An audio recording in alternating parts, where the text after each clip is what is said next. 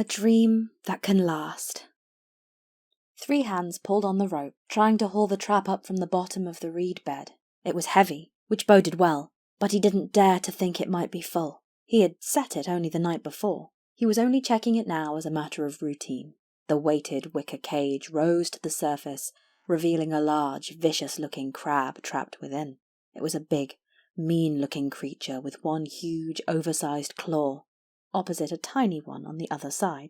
3 hands stared at the rich treasure. The humans would pay well for this. It still didn't make any sense. The humans had ordered them all to come here. Then they had given them the richest land in the whole territory. More land than any sandfisher could imagine, and every inch of it crawling with life. Eels, crabs, snakes, snails, and more fish than you could dream of.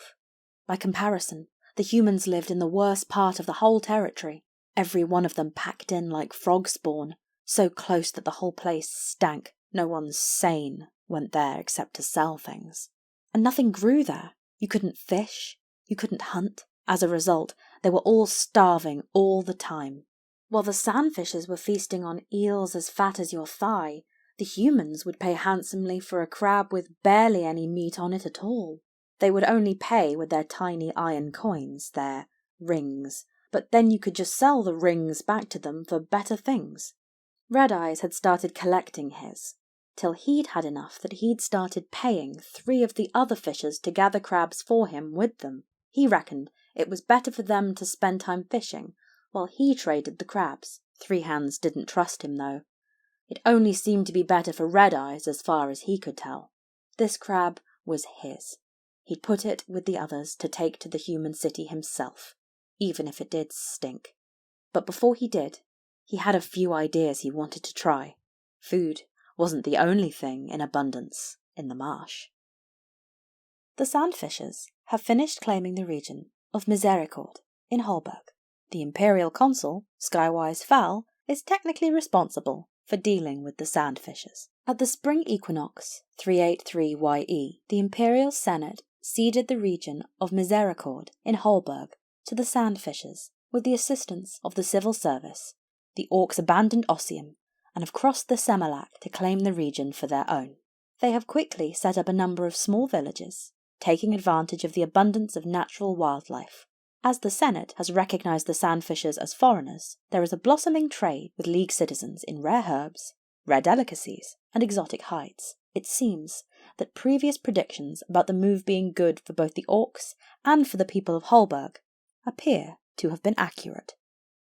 The sandfishers are ranging south into the marshes of Enneland, Rebeshof, and the morass. They share the herbs they find with the owners of the land, providing a bonus to farms. The Empire has ceded the region of Misericord to the sandfishers, and this is where they choose to settle, building simple wooden shelters initially near, but not on, the edge of the Semilak. However, they have little sense of the boundaries of the region. They are hunters, primarily of crabs, fish, eels, and frogs, wandering over large areas, gathering food and other valuables where they can find them. Fortunately, they have neither the inclination nor the skills to travel outside the marshes and forests of Holberg, other than to trade with folk in the city, so their meandering causes few problems. Indeed, they seem a little reticent to press too far into the woods by themselves, perhaps understandable, given that the forests of Ossium were the domain of the Druge. The only notable problem that happens is when the sandfishers wander over farmland claimed by League citizens, and there is little enough of that. Ever since the expansion of the morass, what little farming there was in Holberg has suffered. Flooding from the marshes damages crops planted anywhere but the highest ground. Animals often wander off and are drowned in the bogs. The strangling marsh pools that have developed have been nothing but a curse to the hard-working farmers of Holberg since that happened. That the pools that have done so much damage are now drawing roving orcs to their land only adds insult to injury. To the surprise of many, the situation is resolved to the satisfaction of all parties. The sandfishers explain that they are seeking precious herbs that grow in these locations. They are happy to leave crops and herds of animals unmolested, but they are keen to gather herbs, as these command a high price in Holberg. After some negotiation, they are given permission to wander over farmland in exchange for an agreement to tithe to the owner a portion of whatever herbs they find while searching in their lands. As a result of this beneficial agreement, every farm in Holberg now produces 2 random herbs each season, in addition to their regular, reduced production. A covered market could be built to help the sandfishers trade with Holberg.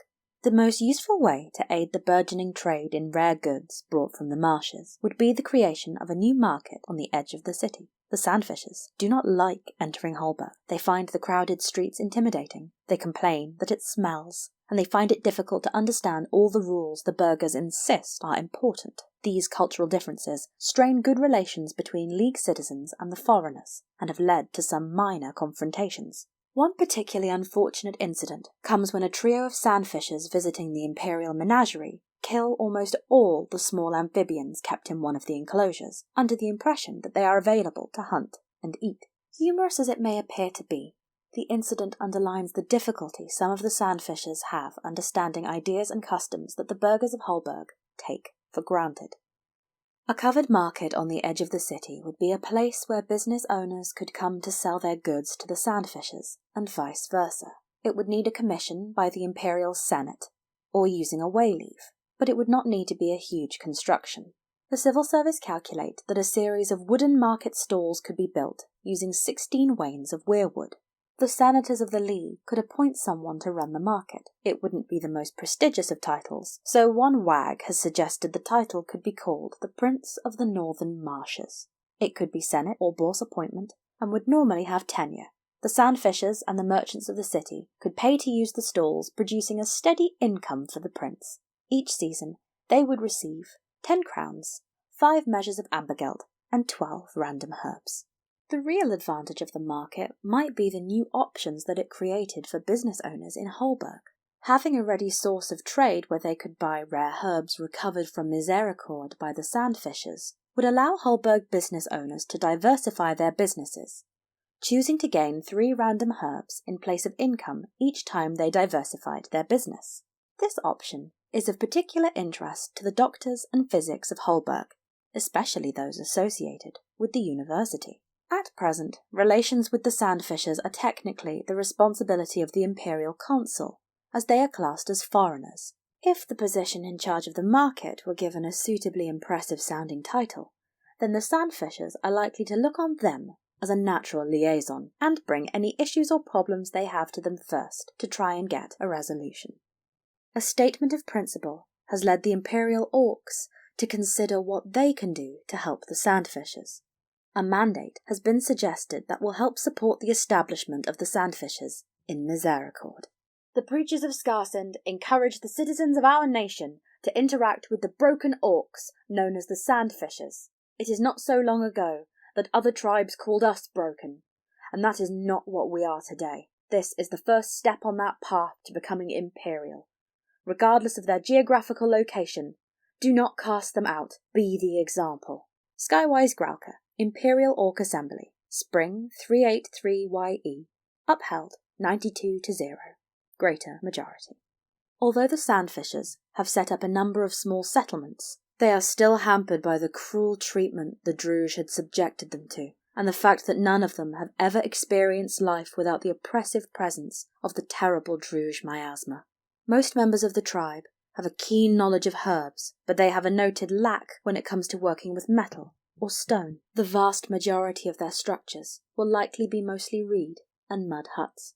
More than just this, anyone who spends time with the sandfishers cannot fail to become aware that their spirit is crushed.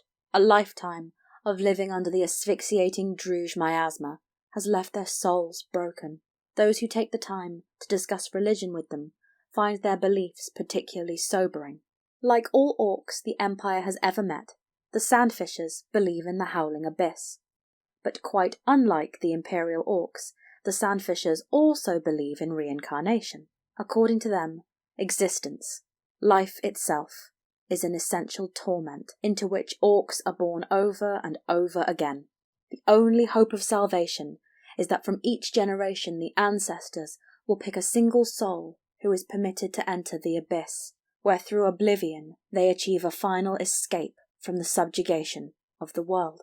There is a chance to change that. The Imperial Orcs are the youngest nation in the Empire. They are made up of those who came from nothing less than nothing, and have risen to be the equal of other nations. The skills they learned when most of the nation was billeted with the orc armies could be of great use to the sandfishers.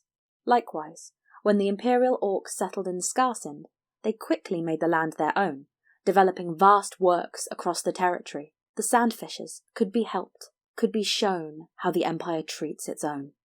The sandfishers are broken. They survived under the Druge, but now they are foreigners living in the empire. It is our duty to show them that they can be more. We send, named priest, with 50 doses of liao, to urge every imperial orc to do what they can to support them.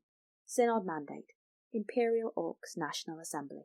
If this mandate is upheld and enacted, then every congregation, farm, business, herb garden, forest, mine, manor site, and fleet owned by an imperial orc will suffer a 1-rank penalty to its production following the summer solstice.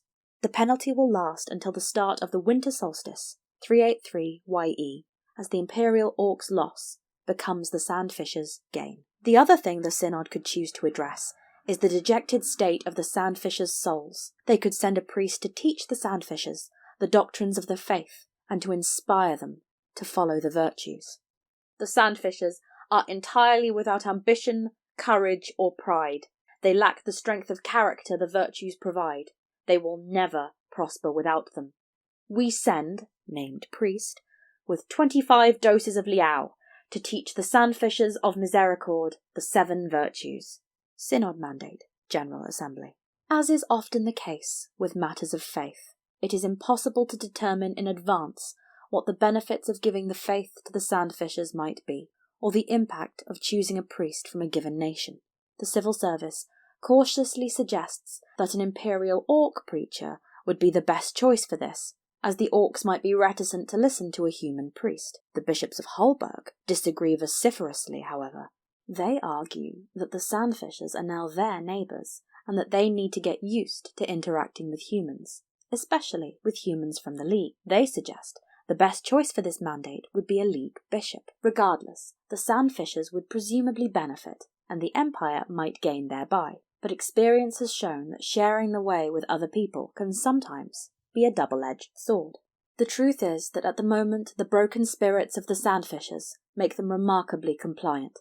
The Empire was able to transport the entire tribe across the Samalak because they largely just do whatever they are told. Lifetimes of enslavement by the Druge and the brutal effects of the miasma have sapped any will to resist. Bringing them to the way would change that much is certain, but that would make them much more demanding and thus more difficult to deal with. If the Imperial Synod passed the mandate, the benefits provided by the covered market to businesses that diversified would be permanently reduced to 2 random herbs per diversification, from 3. Those sandfishers bringing their wares to market would simply demand better prices for their goods, as they discover the benefits that should accrue to people as the result of hard work. Furthermore, any future benefits that might be gained by the people of the Holberg as a result of the presence of the sandfishers could potentially be less beneficial to the League, and would certainly be more expensive to capitalise on. Whatever else might happen, the Empire would be less able to take advantage of the sandfishers' impoverished state if they had the drive and the force of will that a belief in the way can provide.